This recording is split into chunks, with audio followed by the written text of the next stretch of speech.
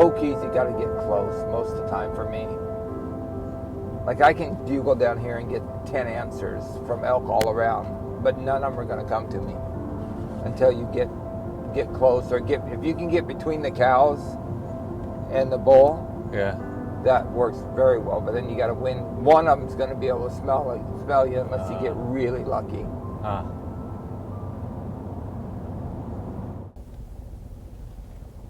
This looks like heaven for elk hunting. Look in front of us.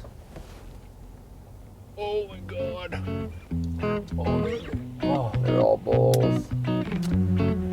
You shoot through them in there, can you decide? Yeah, there you go.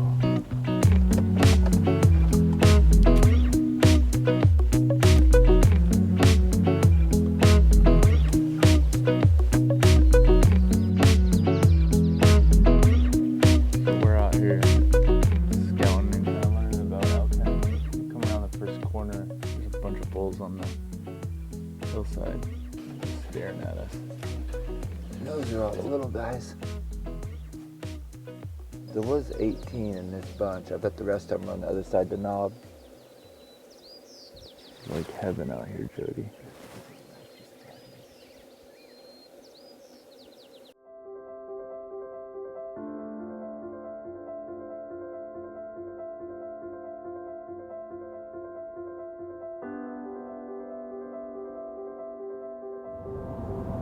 So I've been really sick. Like the one thing I'm really good at is finding a spot, scouting it out, and kind of getting in close, but not nearly as close.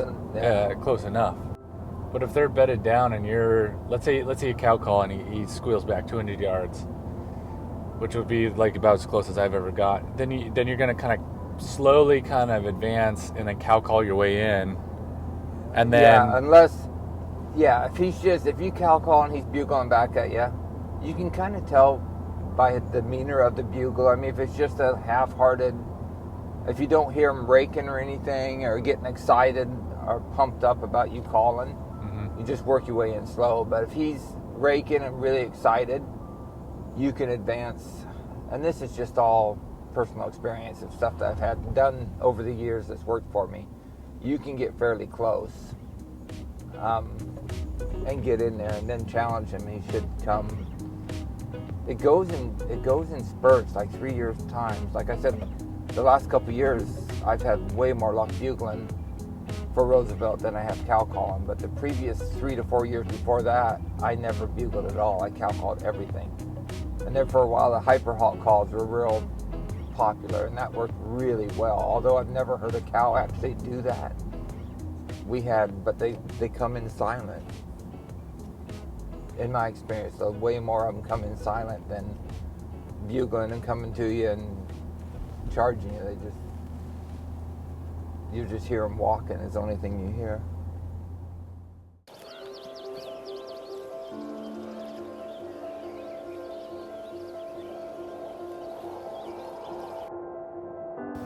Oh, they feed all night out in these fields, and then they just kind of leave as a pack. You can see there's an old skid road up there where they're on, so they'll feed out through that unit and bed up in this timber for the night.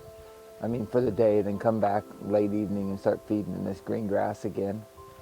They stay together pretty much this time of year. All the bulls will be in bachelor herds, and the cows will all be together with maybe a few spikes. It depends on the area, but last year we had like 17 spikes that will all be legal. This unit's a 3-point or better unit, so next year they'll all be legal bulls.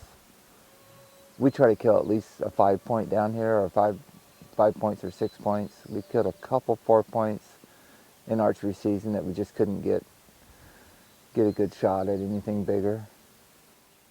They're really healthy down here because you can see, we're late July or middle of July, and sometimes we'll go through, but we walk silent, as quiet as we can through the timber, because I know there's a bedding area there, there's a bedding area there, there's a bedding area over there, so sometimes you can walk up on them in the bed.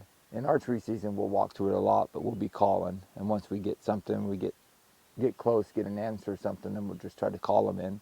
It's hard to walk up on one and get a shot in archery season. A lot of scouting. Scouting's the most important tool you can use. Trail cameras are good because then you can get if you see some tracks, it's amazing with the trail cameras I have set up. You'll have 4 elk go in front of the camera every day, and they'll be like within 20 minutes the same time every single day. So you can learn a lot about what time they're traveling and when they're going through there and what quality of an animal you have going through there. Because I don't try, I have like 8, 9, 10 cameras set up down here. So I don't have to walk and I can just go check the cameras once a month. So it's a lot easier than, I don't have to drive past them every day. And I usually check them around noon or something. So I'm not there first thing in the morning or late in the afternoon when the elk are possibly there. Can we stop? Yeah.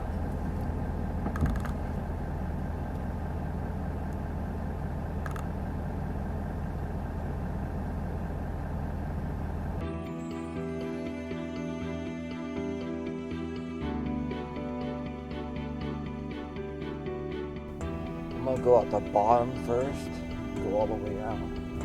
So they get nervous. They don't mind the cars, but they Yeah. mind a door shutting. They mind the car stopping. Like I used to park here and walk 4 miles down the road.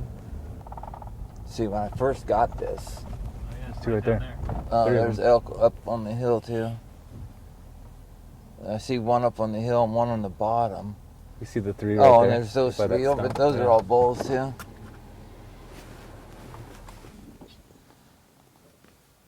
So there's 5. Do you think if I got out, they would? No, you could go stand over there by those cows. Well, we had to go 300 yards to see more. It's crazy, isn't it? That's a really good there's lease. one, Up there, 2, 3, 4, 5. I see. Oh my gosh, so crazy.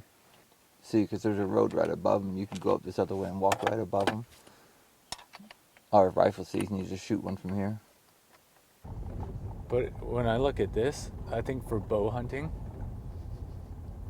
You gotta it's know hard. where they're going. Well, you can get on top of them all. just But- go up and around. and Yeah, come just over go from up that other road. Ooh, that's a big one. See between those trees on that hillside, it looks like Yeah. looks really dark. Yeah. That's an elk. It just moved. What? Yeah, see it just Yeah. lowered its head down. I wonder if I can How get can it you here. tell it's a big one? When it moved its horns once, I seen its horns. When it moved, there's 2 more up to the left of it. I think that's that white spot. Yeah. Yeah, that's another elk. See, there's one elk, Oh yeah. and there's another one with his butt toward us. I can't believe I didn't bring binoculars. That one is really dark. I only see 2 for sure, but I can't imagine not being more than. Oh no, there's another one to the left of that dark one.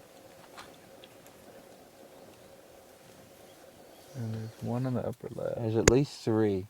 2, 3. That's all the farther they go. 15 bulls so far. Nope, there's another one to the left farther yet. There's 3 to the left and 2 to the right.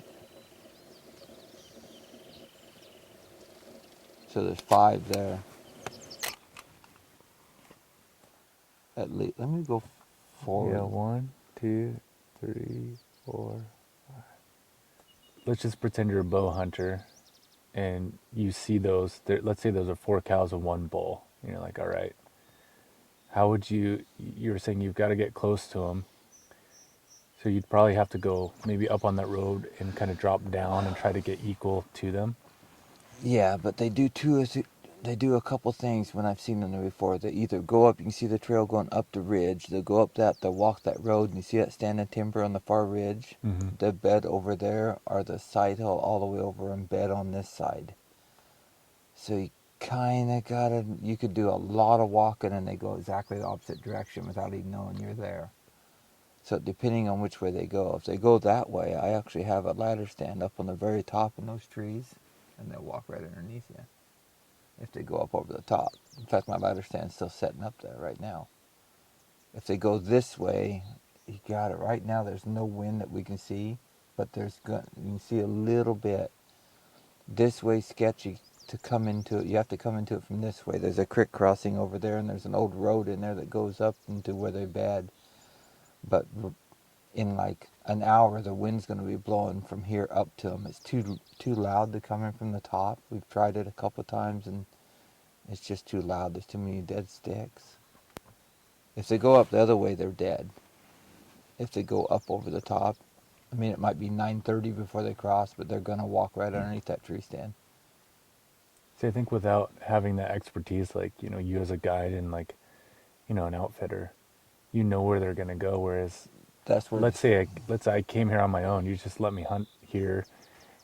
I wouldn't know how to approach them because I'm like, man, no matter where I go, I can't chase them. It's too steep. yeah. And if I don't know which direction they're going, they're out in the open. They're gonna see me or smell me, or Yeah. it's kind of challenging. I don't know how I would. In the morning, these elk are all down in these lower valleys feeding on grass. Anywhere they go from here is uphill. I mean, they can't go downhill from here, so they're going up first thing in the morning. So usually you can get above them and get pretty good because the fog's in the morning is usually rising a little bit. You can see the fog moving a little bit from right to left up there. So you could come in above them right up there and get pretty close. Walking on, that's used to be a dirt road, and it's a gravel road now. Gravel roads are allowed to walk on. That sound carries a long way, so either I usually slip on a set of moccasins or just go in sock feet. It's so much quieter because that sound carries forever, that crunching on a gravel road.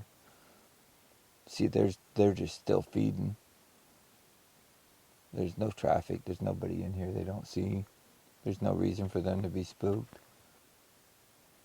I mean, we've had 6, and there's at least 5 in this bunch.